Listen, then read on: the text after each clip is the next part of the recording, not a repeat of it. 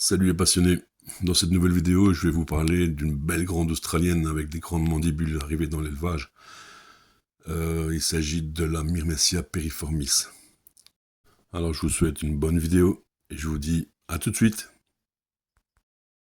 N'oubliez pas de liker, de vous abonner et de partager.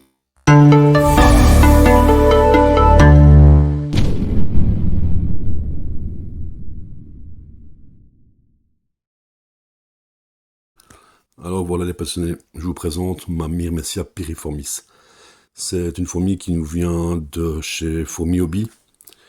Alors cette géante australienne, je l'ai reçue il y a plus ou moins un mois, donc dans les alentours du 30 octobre. Comme vous le savez peut-être déjà, en Australie, les saisons sont inversées, donc chez eux c'est l'été pour l'instant. Et c'est important de le savoir parce que c'est une fourmi qui demande une diapause de 3 mois. Et l'hiver en Australie est de juin à août chez nous. Alors la plus forte population de cette fourmi géante australienne, elle se trouve au sud-est du pays.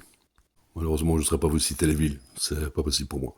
Alors bon, c'est une fourmi qui fait entre 23 et 26 mm quand même, donc c'est quand même une belle taille. Mais il faut aussi faire attention parce que cette fourmi a un aiguillon avec du venin et elle peut piquer. Donc c'est une fourmi qui n'est pas pour les enfants. Et même les personnes adultes, il faut quand même faire attention. Moi je ne me risquerai pas à mettre mes doigts.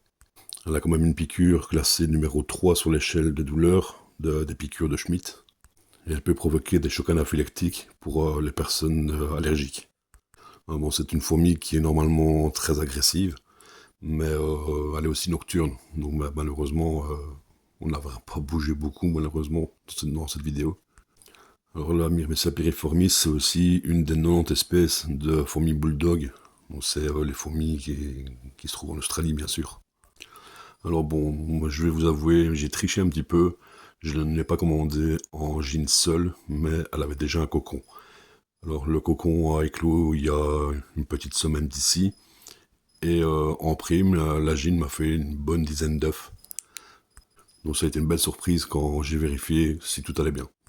Alors bon, ici j'ai suivi les conseils de notre ami Max en story, qui lui avait déjà réussi ses Myrmecia, pardon.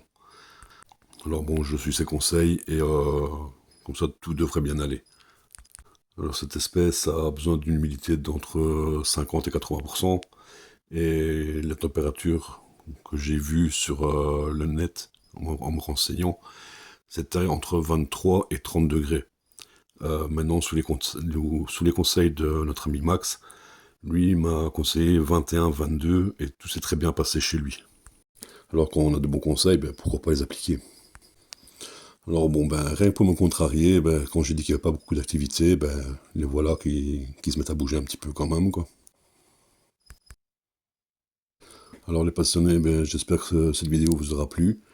Et j'espère vous voir nombreux à vous abonner pour suivre l'évolution de cette magnifique espèce. Alors en attendant, je vous dis à plus tard et un grand merci à vous.